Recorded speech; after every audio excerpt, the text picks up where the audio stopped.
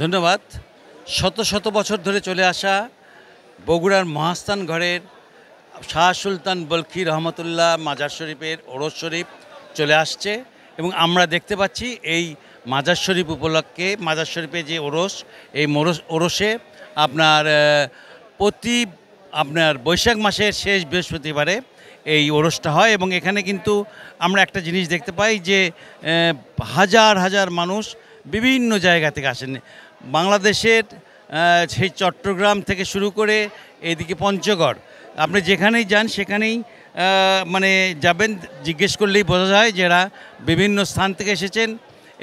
এই যে সাধু সন্ন্যাসী যারা এসেছেন এদের অনেকেই পবিত্র এই মাজার শরীফে প্রত্যেক বছরই আসেন এবং এখানে তারা আপনার হলো আজকের দিনটাকে, এই পবিত্র দিনটাকে তারা মনে করেন যে তাদের মনের দিক থেকে এবং তাদের মানে মন থেকে তারা এই দিনটাকে উদযাপন করেন এবং আজকের দিনে তারা আপনার বলতে পারেন যে শাহ সুলতান বলখি রহমতুল্লাহ আপনার মাজার শরীফে তার জিয়ারত করেন। আরেকটা ব্যাপার আপনাদেরকে জানাই যে এখানে কিন্তু প্রতি বছর একটা মানে অন্য ধরনের একটা কারবার হতো, সেটা কিন্তু এবছর বন্ধ। সেটা হলো যে এখানে যে মাদক সেবন করা হতো সেটা প্রতি বছরই এখানে বিভিন্ন জায়গা থেকে আগত যারা আসতেন তারা মাদক সেবন করতেন এবং এই মাদক সেবন করা নিয়ে এবছর কিন্তু মানে বন্ধ করার উপলক্ষে বগুড়ার আপনার হলো সাতমাথা থেকে শুরু করে বিভিন্ন জায়গায় মানববন্ধন এবং প্রতিবাদ হয়েছে। ফলে আমরা দেখতে পাচ্ছি যে এবছর এটা একদম নেই বললেই চলে।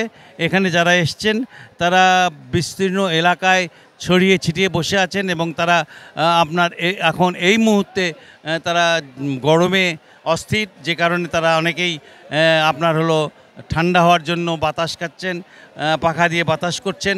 আসলে এই যে গরম, এই গরমটা অসহ্য গরম আজকে। তারপরও এই মেলাটা কিন্তু কালকে পর্যন্ত চলবে, আগামীকাল পর্যন্ত। আমরা কিন্তু শুক্রবার দিনও দেখব যে এখানে প্রচুর লোক থাকবে এবং তারা কিন্তু মেলাটাকে মানে তাদের নিজের মতন করে উদযাপন করবেন। যারা এসেছেন তারা সবাই যে সাধু সন্ন্যাসী তা নয়, এখানে সাধারণ মানুষ এসেছেন, ছেলে মেয়ে নির্বিশেষে নানা বয়সী মানুষ এসেছেন এবং তারা কিন্তু দেখা যাচ্ছে যে এই মাজার শরীফকে ঘিরে অর্থাৎ এই মহাস্থানগড়ের যে 4 বর্গ কিলোমিটার এলাকায়, যে 4 বর্গ কিলোমিটার এলাকার বিভিন্ন জায়গায় ছড়িয়ে ছিটিয়ে বসে আছেন। এখানে কিন্তু বলা মুশকিল যে কে কোথায় মাদক সেবন করছেন আর কে করছেন না, এটা বলা মুশকিল। তবে আমাদের চোখে এখন পর্যন্ত এরকম কোনো দেখা মেলেনি। এবছর কেউ মাদক সেবন করেছেন বলে মনে হয়নি।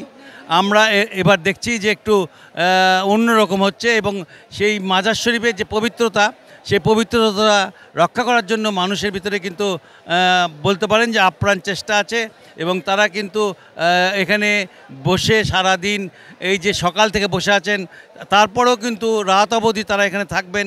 তারপর কালকে সকালেও কিন্তু তারা এইখানকার এই যে বলতে পারেন যে ওরস শরীফ সেটা উদযাপন করবেন এবং কালকে কিন্তু শেষ হয়ে যাবে এই আপনার হলো শাহ সুলতান বলখির মাজারের যে ওরস, সেটা কালকে শেষ হয়ে যাবে। বগুড়ার মহাস্থানগড় থেকে এই ছিল আমার কাছে সর্বশেষ।